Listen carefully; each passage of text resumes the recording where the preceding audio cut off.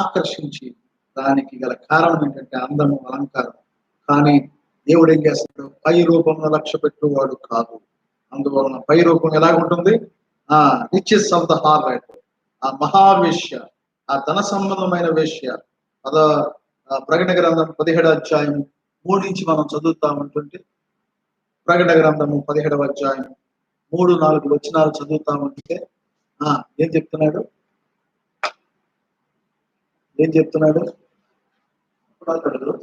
ఆత్మవశులైన నన్ను ఆ హృదయంలోకి కొడుకోగా దేవదూషణ నామముతో నిండుకొని 7 తలలలో 10 కొమ్ములు గల మృగం మీద కూర్చుని ఒక స్త్రీని చూచి. చూడండి, ఆ మృగం మీద కూర్చుని ఉన్న ఒక స్త్రీని చూచి తిని, ఆ స్త్రీ ధూమ్ర రక్తము వర్ణము కలిగిన వస్త్రములు ధరించుకొని బంగారముతోను రత్నములతోను చూడండి, ఆమె స్థితి మామూలుగా లేదు, మామూలు సంపద కాదు. అందులో ఆమె యొక్క సంపద ఎలాగుందంట? ఆ స్త్రీ ధూమ్రవర్ణ రక్తము గల వస్త్రములు ధరించుకొని బంగారముతోను రత్నములతోను ముత్యములతోను అలంకరించబడినదై ఏమైన కార్యములతోను తాను చేయుచున్న వ్యభిచార సంబంధమైన అపవిత్రమైన కార్యములతోను నిండిన యొక్క సువర్ణ పాత్రను తన చేత పట్టుకొని ఉండెను. అందువలన 4-5 వచనాలు మనం చూస్తామంటే, దాని నోట దాని పేరు ఎలాగూ, దాని నొసట దాని పేరు ఎలాగూ వ్రాయబడి ఉండెను. మర్మము వేశ్యలకును భూమిలోని ఏమైన వాటికిని తల్లి అయిన బబిలోను అని రాయబడి ఉంది. ఆ స్త్రీ పరిశుద్ధ రక్తముతోను యేసు యొక్క హతసాక్షుల రక్తముతోను మత్తిల్లి ఉండి ఇంటిట చూచి నేను దాన్ని చూచి బహుగా ఆశ్చర్యపడగా. అందువలన ఆమె స్థితి ఏ విధంగా ఉందో చూడండి. అందువలన చూడండి, దాన్ని చూస్తూ ఉంటే 18వ అధ్యాయం 3-4 వచనాలు మనం చూస్తుంటే, ఎలాగా సమస్తమైన జనులు మహోద్రేకముతో కూడిన దాని వ్యభిచార మద్యము త్రాగి పడిపోయిరి. భూరాజులు దానితో వ్యభిచరించిరి. భూలోకమందలి వర్తకులు దానితో భోగముల వలన ధనవంతులయ్యిరి. మరియు ఇంకొక స్వరము పరలోకము నుండి ఇలాగు చెప్పగా వింటిని, నా ప్రజలారా, మీరు దాని పాపములో పాలివారు కాకుండానట్లును దాని తెగుల్లో ఏది మీకు ప్రాప్తింపకుండానట్లును దానిని విడిచి రండి అని గొప్ప స్వరము పరలోకం నుండి వినబడుతున్నాడు. అందువలన ఈ 15 నుంచి మనం చూస్తా ఉంటుంటే, 18 అధ్యాయం 15-16 చూస్తా ఉంటుంటే, అంత ఐశ్వర్యము కలిగిన, అంత అత్యున్నతమైన స్థితి కలిగిన ఆ పట్టణం ఏ విధంగా కాల్చివేయబడుతుందో ఆశ్చర్యపోతున్నారు.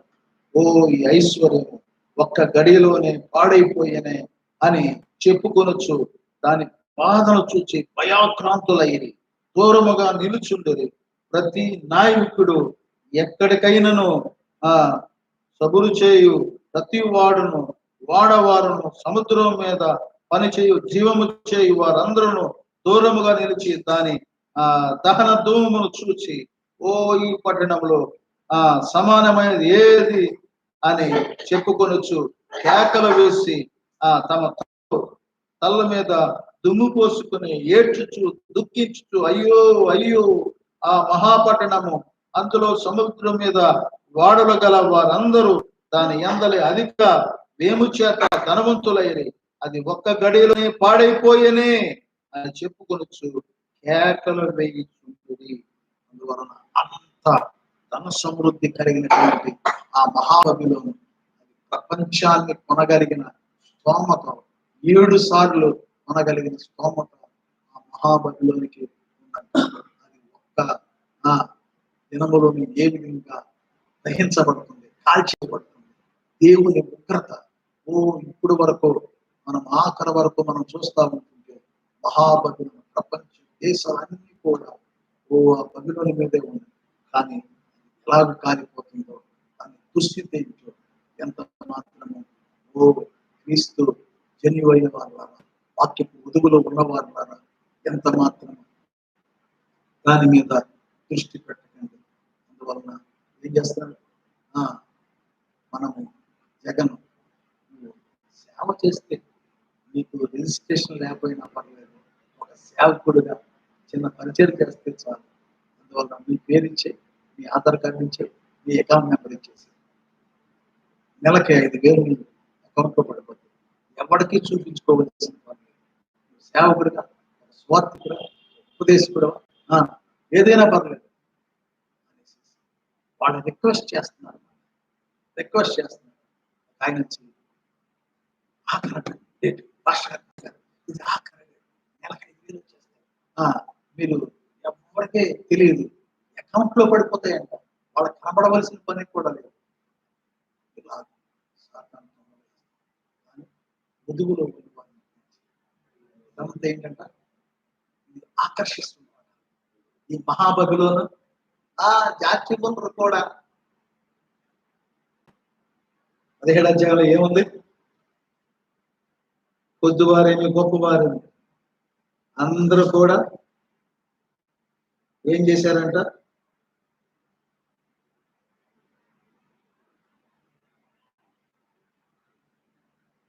ఆ స్త్రీ పరిశుద్ధుల రక్తము చేతను, యేసు యొక్క హతసాక్షుల రక్తం చేతను మత్తిల్లు ఉండుట చూచింది. నేను దాన్ని చూచి బహుగా ఆశ్చర్యపడక. అంత కూడా ఏం చేస్తున్నారు? భూనివాసుల్లో జగదుత్పత్తి మొదలుకొని జీవ గ్రంథం ముందు ఎవరి పేరు వ్రాయబడలేదో వారు ఆ లోకము ఉండెను. దాన్ని ఇప్పుడు లేదు, అయితే అది ఇప్పుడు లేదు, అయితే ముందుకు వచ్చుచున్న సంగతి తెలుసుకొని ఆశ్చర్యపడు.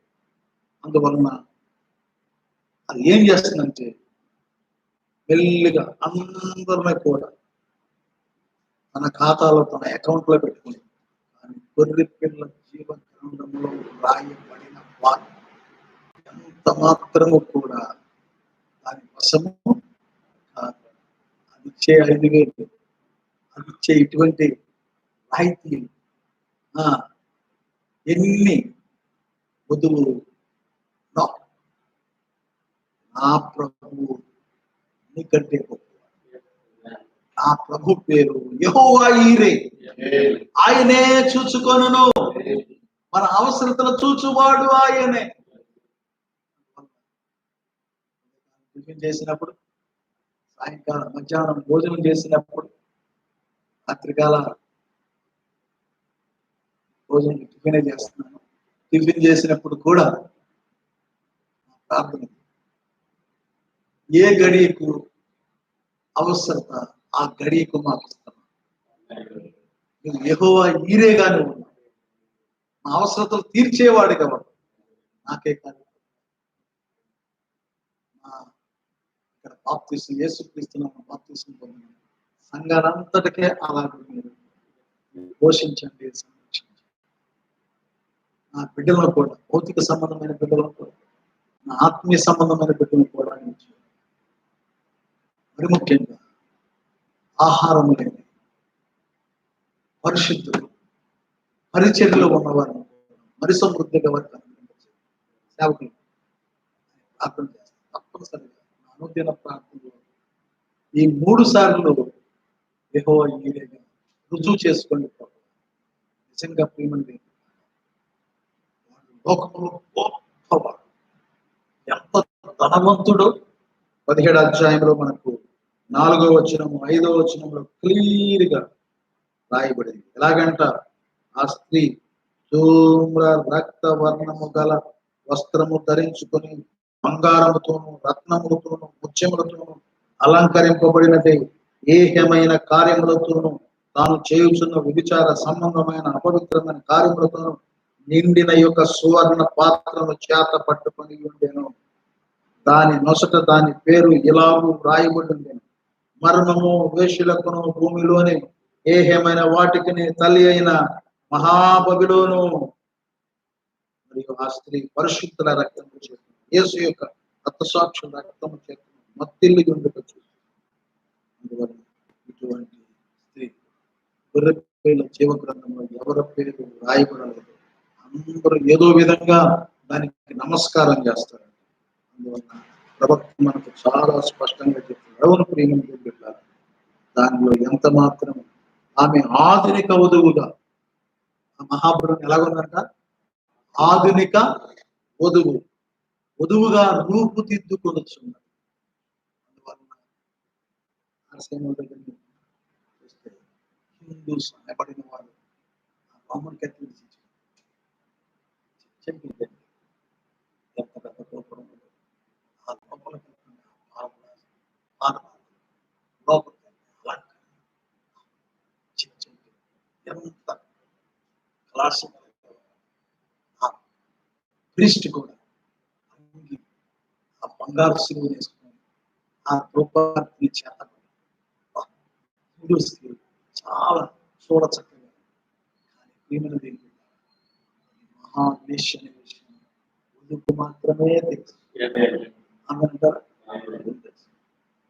ధనం చేత ఆకర్షిస్తుంది, ఆ ధనం చేత మత్తింపజేస్తుంది, దాని చేత ఎలాగైనా సరే మనం ఆకర్షించుకోండి. కానీ అటువంటి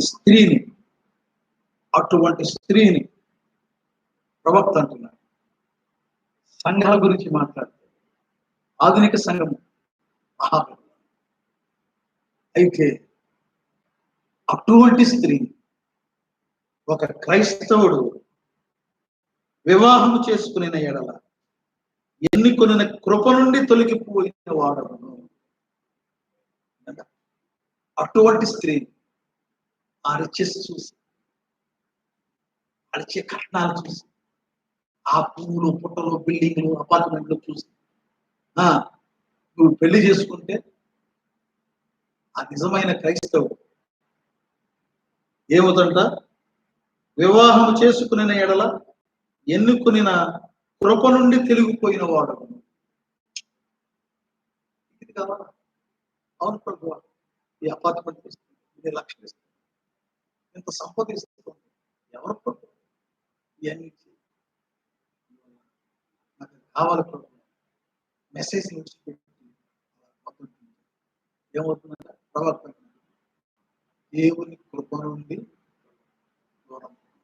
కృపే నిన్ను విడిచిపెట్టి, కృపే నీకు, దేవుని కృపే దూరం అయిపోతుంది. ఎట్లా కాదు? కృప జీవము కంటే ఉత్తమం. నేను చెప్పాను కదా చాలాసార్లు, నాకు కొన్ని సంవత్సరాలు నాకు అర్థం కాదు. జీవం కంటే కృప ఉత్తమైనదంటే ఉన్నతమైనది నాకు అర్థం కాదు. అప్పుడు ప్రవక్త వర్తమానం చదువుతావు, కృపను బట్టి నేను రక్షించుకున్నాను, కృపను బట్టి ఆయన రక్తను బట్టి కడిగాడు, కృపను బట్టి ఈ వర్తమానం ఇచ్చాడు, కృపను బట్టి ఆ ప్రత్యక్షతను ఇచ్చాడు. అందువల్ల ఆ కృప లేకపోతే ఆ జీవం కూడా నువ్వు పొందుండేవాడో కాదు.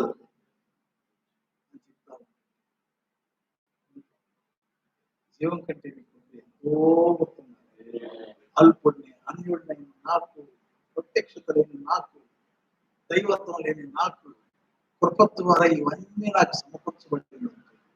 ఎంత గొప్ప దైవికమైన కాదు. అందువలన ఏమన్నది అది కోరుకున్నట్లయితే ఏం చేస్తుందంటే, ఇంకొక 5 ఇస్తాను ఎక్కువ, నువ్వు ఎట్టగైనా వర్తమానం నుంచి బయటికి రావాలంతే. దాని ధ్యేయం ఏంటి? వర్తమానం నుంచి బయటికి రావాలి. నేను వెళుతున్న అగ్నిగుండానికి నువ్వు పాల్గొనాలి, భాగస్వామి కావాలి. నేను ఒక్కడనే కాలితే ఏంటి? తాగేవాడికంట ఒక్కడే తాగితే తృప్తి ఉండదంట. ఆడికి ఎంత డబ్బులు అయినా కానీ 4-5 గ్లాసులు పెట్టి అందరూ కలిసి తాగితే సాతాను చెప్పకుంటారు. నేను ఒక్కడనే కాలిస్తే బాగోదు, నాతో పాటు మీరు కూడా కాల్చబడుతుంది, దేవుని బిడ్డలు అయినటువంటి మీరు కాల్చబడుతుంది. నాకు ఎంతో నేను కాలిపోవడం నాకు ఎలాగా? నాకు నిర్ణయించబడింది.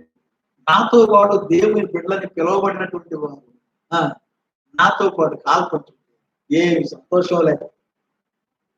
దేవుడు నా కొరకు నియమించబడిన ప్రభువా నాతో పాటు కుమారులు కూడా తెలుసు. కానీ సత్యమైనది ఏర్పాటు చేయబడిన వారితో సహితం అయిబడి ప్రవక్త నిష్ఠని సాధ్యమైతే ఏర్పాటు చేయబడిన వాడు అని బైబిల్లో రాసిన ప్రవక్త ఏర్పాటు ఉన్నవాడు ఎంత మాత్రము మోసగించాలి, ఎంత మాత్రం దేవుడు ఎందుకున్నాడు ఏర్పాటు చేసుకున్నాడు. కోట్లు ఇస్తానన్నా కానీ లాస్ట్ మూమెంట్ లో బయలుపట్టు వచ్చిన తర్వాత వెళ్ళిపోతాడు. బ్రదరు ఏమనుకుంటున్నావు, అది నాశనం అయింది. లాస్ట్ ఏదో మాట నిర్లక్ష్యం చేసి ఎలాగో తప్పించబడతాం.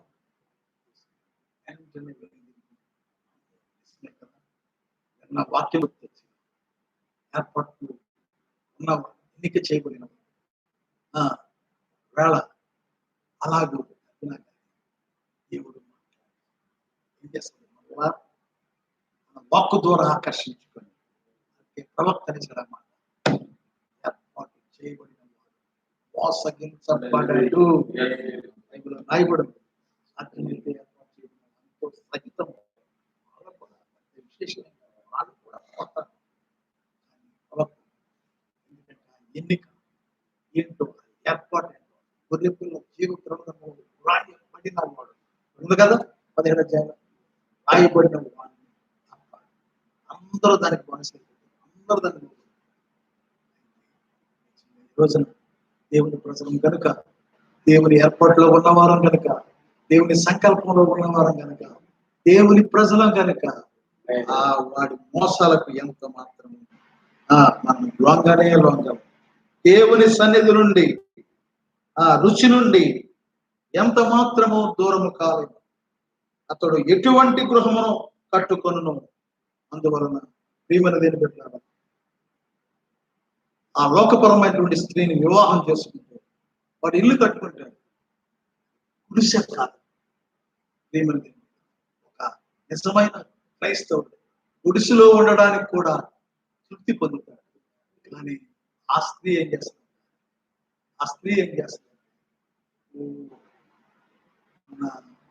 సినిమా హీరో, తెలుగు హీరో భార్య 300 కోట్లు ఎంతో, నువ్వు ఎలాగ కట్టుకోవాలనుకుంటున్నావు, ఎంత డబ్బు కావాలంటే అంత డబ్బు నేను ఇస్తాను, ఇల్లు నువ్వే కట్టుకో, ఇష్టం వచ్చిన కదా, నీ మనసులో ఏమి కోరికలు ఉన్నాయి అన్ని 300 కోట్లు పెట్టి అందులో ఉండేది ముగ్గురు ఉన్నారు. అంత పెద్ద గృహం, అంత ఏమి లేదు. ప్రవక్త లోకపరమైన స్త్రీ అంట అటువంటి గృహము కట్టిస్తుంది. కానీ అటువంటి స్త్రీని పెళ్లి చేసుకున్నవాడు అతడు ఎటువంటి గృహమును కట్టునో ఆ లోకపరమైన స్త్రీని పెళ్లి చేసుకుంటే అది ఊరుకోదు, ఏదో విధంగా చేసి ఇల్లు కట్టిస్తాం. ఆమె కూడా దైవికమైన స్త్రీ అయితే ఏం చేస్తుంది, నీ తల తాకడ పెట్టడానికి ఇష్టపడుతుంది.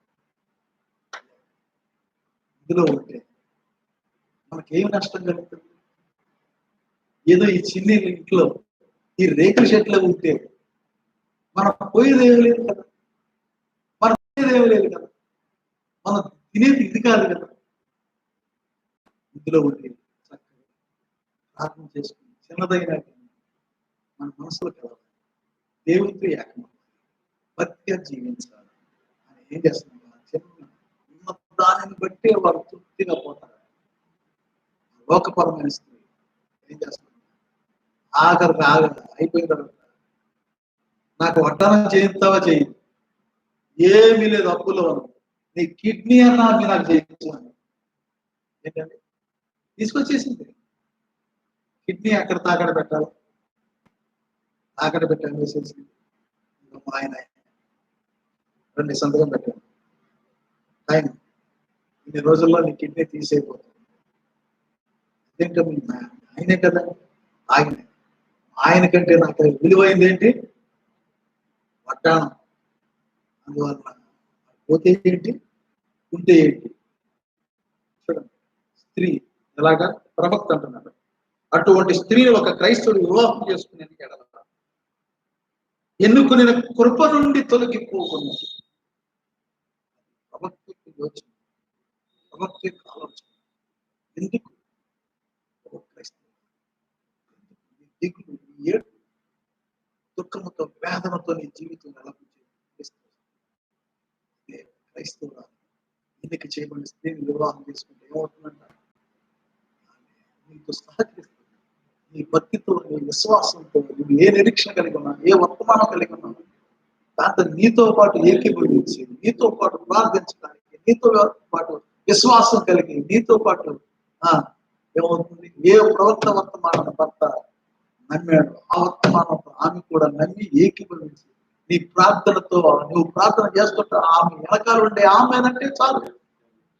ఆ గృహము ఎంతో దైవికంగా, గృహం ఎంతో ఆనందకరంగా, ఆ గృహం ఎంతో దీవెనకరంగా ఉంటుంది. అటువంటి స్థితికి ప్రవక్త చాలా స్పష్టంగా చెప్తుంది. అందువలన ఈ దేహము నిజమైన దేహం కాదు. యేసుక్రీస్తు దేహమే నిజమైన దేహం. This is not your true body. ఇది నీ నిజమైన దేహము కాదు.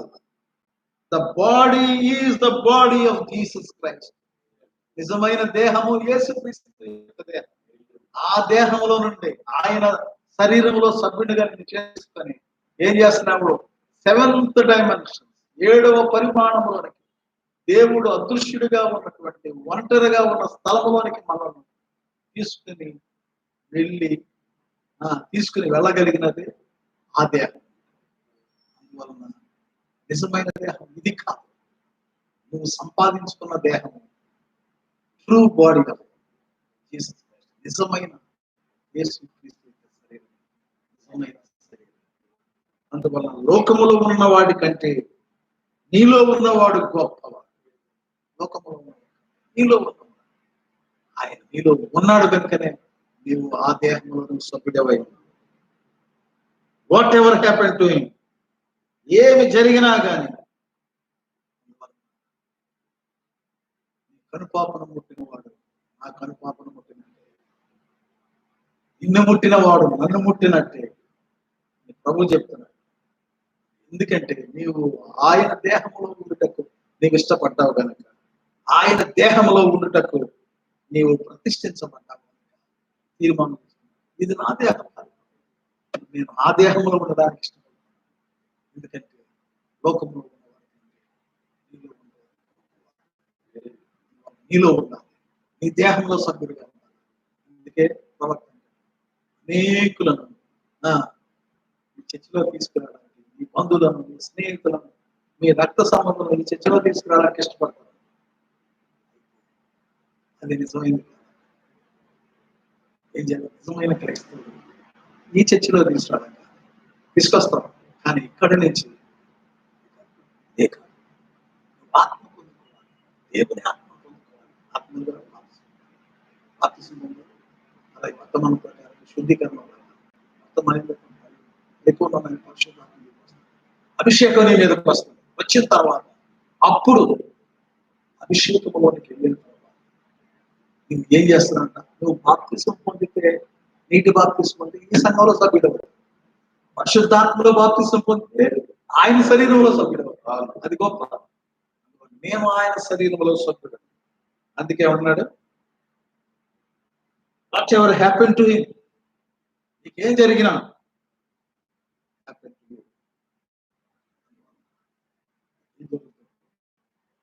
నీ కనుపాపను ముడితే ఆయన, నీకేదైనా జరిగితే ఆయన జరుగుతుంది. ఎందుకంటే నిన్ను గూర్చి బాధ్యత వహించువాడు ఆయన, నిన్ను హత్తుకునేవాడు ఆయన, నీ అవసరతను తీర్చువాడు ఆయన, ఈ గడ్డు పరిస్థితుల్లో నేను నిలబెట్టుకునేవాడు ఆయన అంటారా? ఏమి ఆర్థికంగా మనం నిలబెట్టగలిగిన వాడు ఆయన, మన గూర్చి బాధ్యత వహించగలిగిన వాడు ఆయన. అన్ని పరిస్థితులు రేపటి నుంచి బస్సులు ఎన్ని తిరుగుతున్నాయి, రేపటి నుంచి పనులు వెళ్ళిపోవచ్చు, ఏ పనులు అన్ని.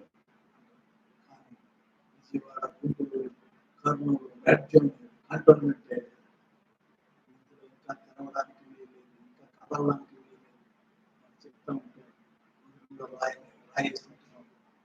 అందువల్ల ఇంకెంతకాలం ఈ లాక్డౌన్, ఇంకెంతకాలం సమాజంగా కూడే పరిస్థితి ఇంకెప్పుడు problem? ఏమైనా మన చుట్టుపక్కల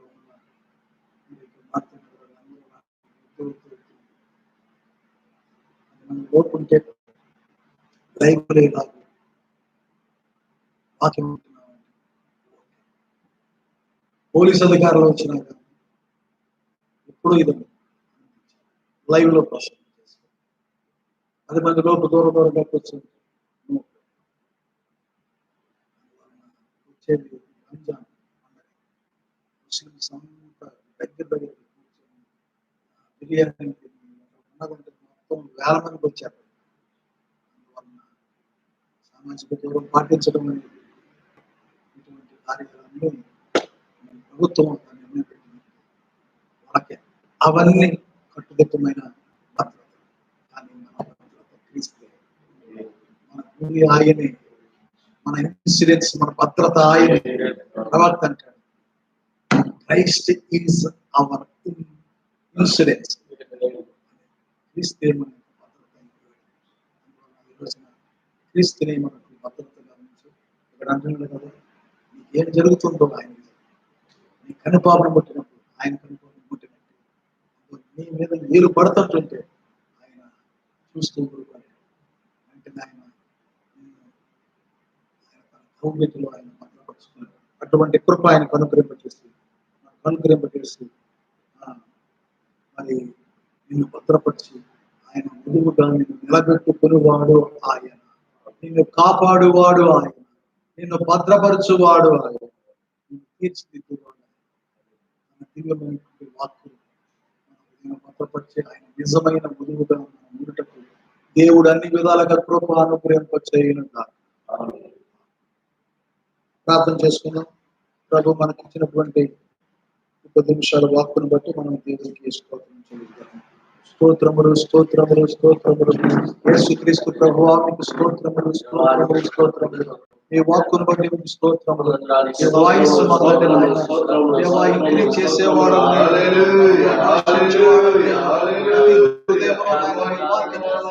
ఉంచుకున్నట్టుగా సాయం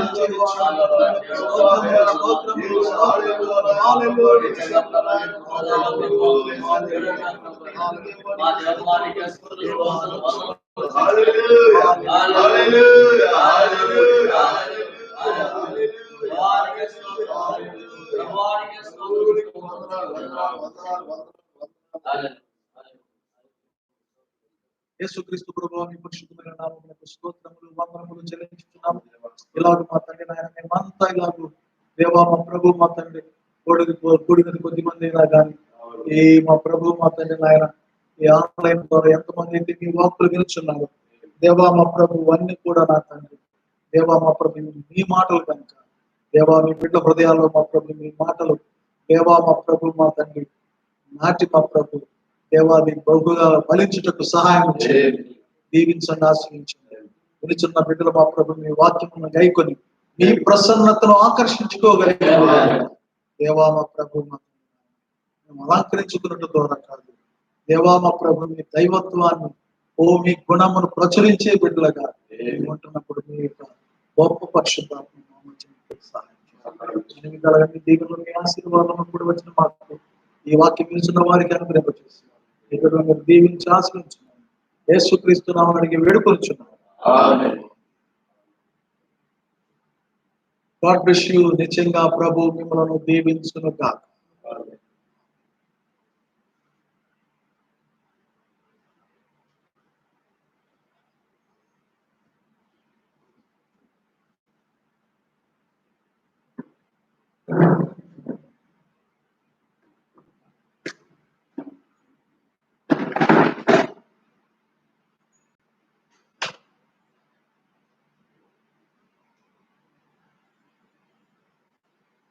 వస్తుంది.